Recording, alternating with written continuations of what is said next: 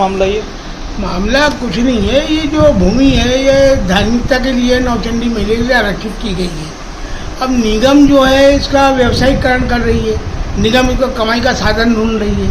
जबकि ये भूमि जब 91 में मंदिर का यहाँ सबसे पहला मेला लगा, वो मंदिर का ओपनिंग हुआ, उससे लेकर 5 साल तक हमने लगातार मेला लगाया 95 तक। उसके बाद में ज़मीन वाले बोलने लगे कि बाबा जी अब हमारी ज़मीन पे आप मेला वगैरह ना लगाएं, आप ऐसा करिए आप मेला और कोई भूमि देख लें आप।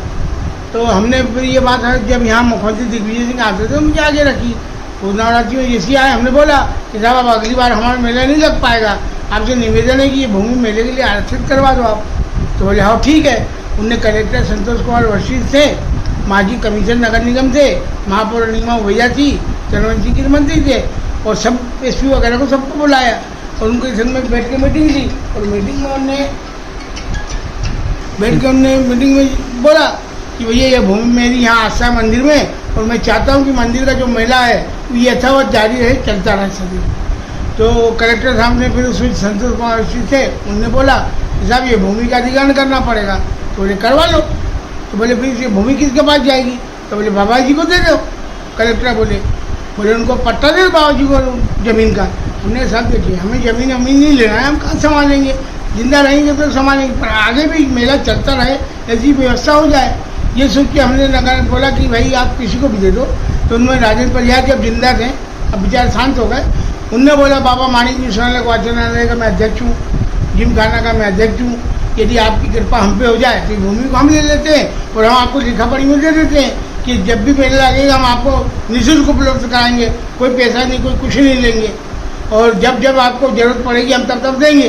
पर हमने बोला नहीं, हम प्राइवेट को देना नहीं चाहते, कोई भी सरकारी संस्था को देना चाहते हैं। इसलिए चाहते थे ना कि भाई सरकारी संस्था में अधिकारी आता और जाता रहता है, एक आधी अधिकारी बुरा फंस जाए, जैसे ये महापौर जी फंस गई बुरी, जो शहर के जनता की इसकी बातें निकालती और नए नए कानून निकाल के सब पूरे मंदिर के आयोजनों को तहस कर डाला।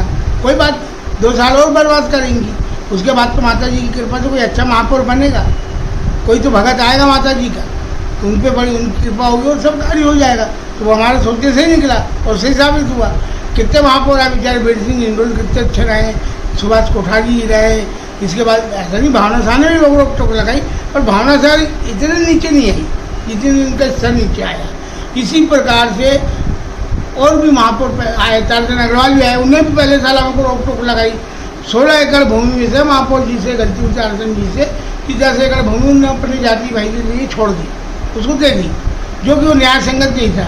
अब उनने ऐसे छोड़ दी या कुछ कॉलोनी वालों से ले लुआ के छोड़ा या उनकी गत को वो जाने, पर हमने कहा चलो अब कॉलोनी में मकान बन गए, तो हमने फिर उस भूमि का अधिग्रहण नहीं करवाया, छुड़वा दिया कि चलो हनुमान नगर को छोड़ दो।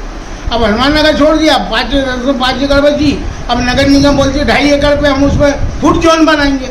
अरे तो हमने तुम्हारे व्यापारीकरण के लिए इसको थोड़ी करवाया है, हमने कराया धार्मिकता के लिए कि माता जी का जो भी पर्व आए, नवरात्रि का चैत्र मास का मेला, कुमार माह का मेला, माह का मेला, इन समय मेले के अवसर पर हमें भूमि मिलना चाहिए। इनने भावना शाह जी ने बोली बाबा आपको कुछ टैक्स लगेगा, मैंने कहा ले लो भाभी जी टैक्स लगेगा। तो उन्हें 30,000 रुपये हमसे टैक्स भरवा दिया, हमने भर दिया। फिर हर 3 साल में टैक्स पर बढ़ोतरी करके रही।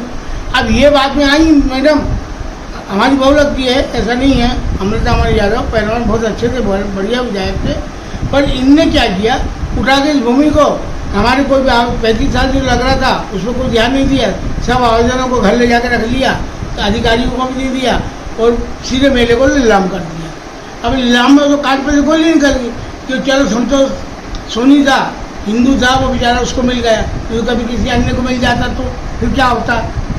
हमारी जो धर्म की परंपरा है, जो धार्मिक परंपरा से मेला लगता है, जो व्यवस्था होती आई है, इसका आने वाली कोई भी संस्था हो उसकी व्यवस्था करें।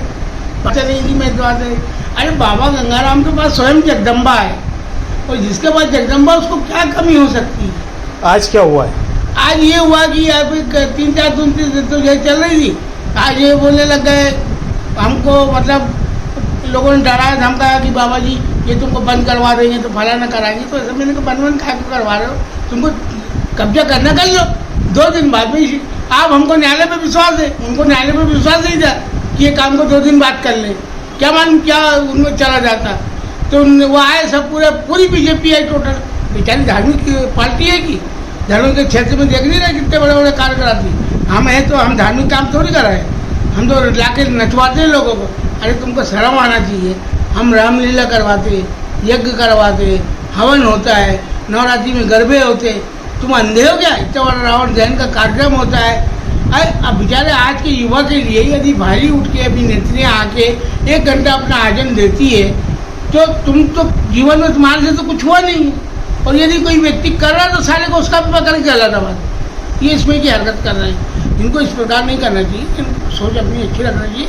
तुमको कोई हमसे दिक्कत है, तकलीफ है, तुम ये कह दो कि बाबा तुम सब बाहर हो जाओ, तुम तुम्हारे मंदिर की घंटी बजाओ, ये सब संपत्ति अब हमारी हो गई है, अब हम इसके मालिक हो गए, तो हम तो वहाँ जाना भी बंद कर देंगे। क्या निराकरण निकला इनका? निराकरण कुछ नहीं निकला है। हमारा कोर्ट पे विश्वास है। हमने कोर्ट पे हमारा केस चल रहा है। हमारे केस का निर्णय जो है वो स्टे हमारा सोमवार में आ जाएगा। क्या नाम है? स्टे जब हमारा आएगा उसके बाद हम बात करेंगे। क्या नाम है पूरा? हमारा नाम है नवचंडी देवी धाम के महंत है बाबा गंगा राम लोधी।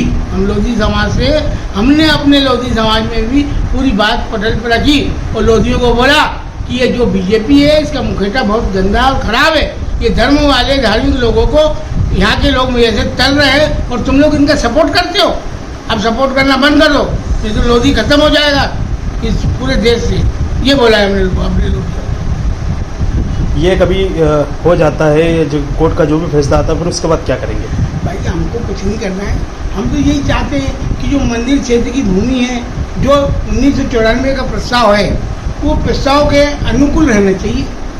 किसी प्रकार का नहीं, जो प्रस्ताव है वो प्रस्ताव से इनको मापदंड बनाना चाहिए। भाई तुमने बेचने का बनाया, इसी प्रकार तुम्हारे को जो धार्मिक आयोजन होते हैं उन आयोजनों को ध्यान में रखते हुए उनका एक नियम बनाना चाहिए, नियमावली, कि भाई नवरात्रि में हम इतने इनको देंगे, उसका इतना रुपया लगेगा, ईदगाह में देंगे उतना लगेगा, मेले में बाबा का यदि वार्षिक उत्सव होता है तो उस उत्सव में इतना लगेगा।